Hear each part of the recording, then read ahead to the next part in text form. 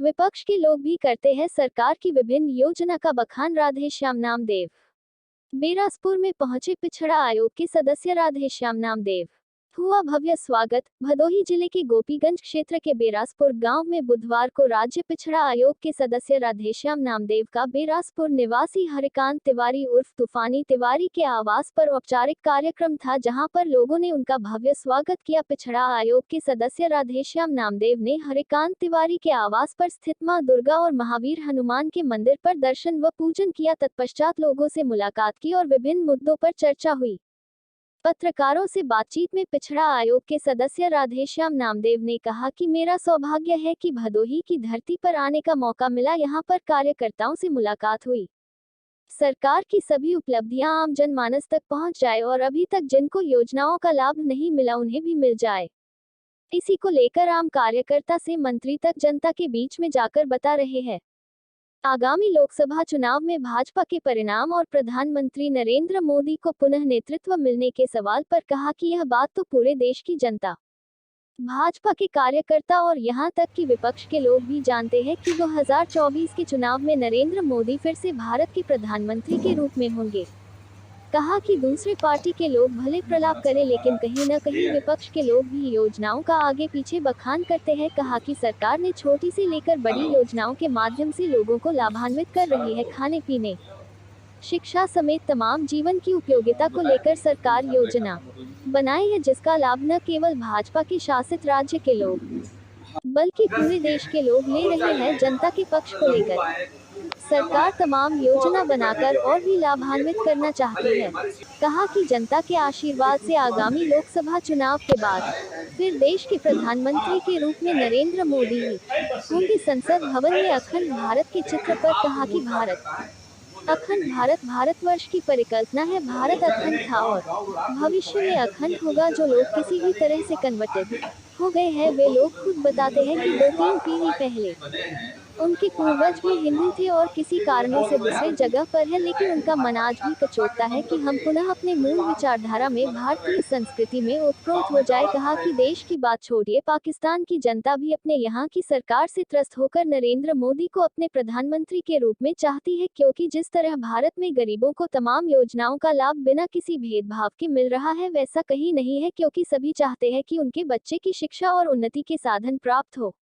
कहा कि भाजपा के जितने भी कार्यकर्ता और आम नागरिक सरकार की योजनाओं की जानकारी ले और उसका खुद लाभ ले और औरों को भी उसका लाभ दिलाने का प्रयास करें। हरिकांत तिवारी ने बताया कि औपचारिक मुलाकात के लिए राज्य पिछड़ा आयोग के राधेश्याम नामदेव का हमारे आवास पर आगमन हुआ, यह हमारे लिए सौभाग्य की बात है। कहा कि जनपद के तमाम मुद्दों पर बात हुई और कोई भी विकास कार्य को लेकर समस्या हो तो उसके समाधान का आश्वासन भी पिछड़ा आयोग के सदस्य ने दिया।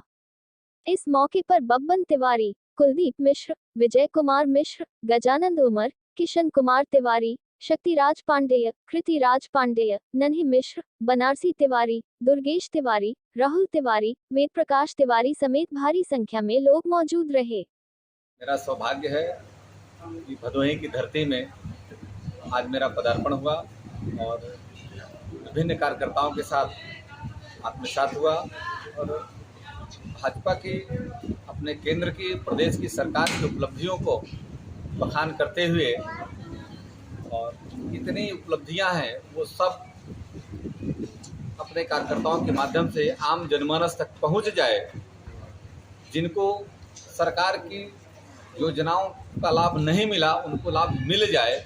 इस निमित्त हमारे सारे कार्यकर्ता, पदाधिकारी, मंत्री, विधायक सब इसी योजना में जनता के बीच में प्रवेश कर चुके हैं।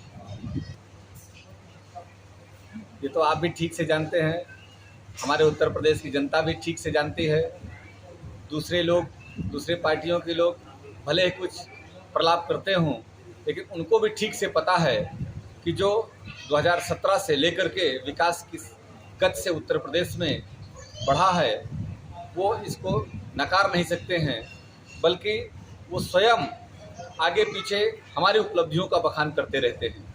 इस नाते बच्चे के जन्म से लेकर के उसके देह संस्कार तक सरकार छोटी से लेकर के बड़ी योजनाओं तक उनको लाभान्वित कराती रहती है। खाने पीने से लेकर के उसके शिक्षा से लेकर के जितने भी जीवन में उपयोगिताएं हैं उन सब के लिए भारतीय जनता पार्टी ने योजना बनाई है। इस नाते जहाँ पर भी उत्तर प्रदेश में ही नहीं, भारतवर्ष के विभिन्न जो राज्यों में भाजपा की सरकार है, आप वहाँ देखेंगे इतनी अच्छी अच्छी योजनाएं वहाँ पर जनता के पक्ष को लेकर के बनाई जा रही हैं।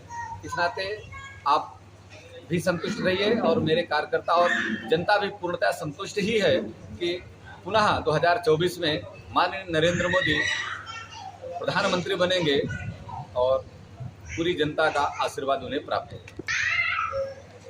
अखंड भारत ये भारतवर्ष की परिकल्पना है और पहले भी पूरा अखंड भारत था, आज भी है।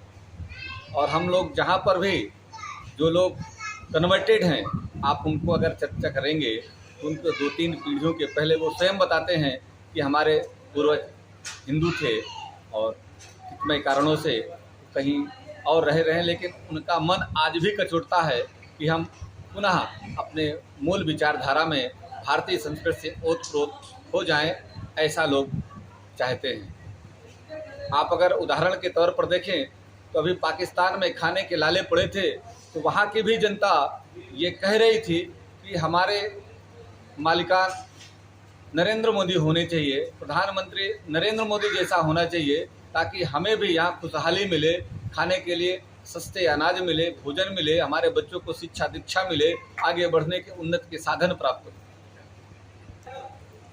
मैं भदोही नहीं, पूरे उत्तर प्रदेश से भारतीय जनता पार्टी और सरकार की तरफ से ये अनुरोध करना चाहता हूँ कि जितने भी कार्यकर्ता बंधु या आम जनमानस मेरी आवाज़ सुन रहे हैं, उन सब से एक विशेष अनुरोध है। केंद्र की, प्रदेश की सरकार की जितनी भी योजनाएं हैं उनको नेट के माध्यम से जानकारी करें और स्वयं उसका लाभ प्राप्त करें और आम जनमानस तक उस लाभ को प्राप्त करवाने का सहयोग प्रदान करें। जय हिंद, जय भारत। हरिकांत तिवारी, तिवारी बिलासपुर। आज हमारे यहाँ राधे श्याम द्विवेदी जी, माननीय राधे श्याम सुलाकल जी आए और ये पिछड़े आयोग के सदस्य हैं और आर से संबंधित हैं, जो कि भारतीय जनता पार्टी के मुख्य रूप से कार्यशील पर हैं। और हमारे यहाँ आने के बाद हर एक बिंदु पर विकास योजना प्रभावित हुई।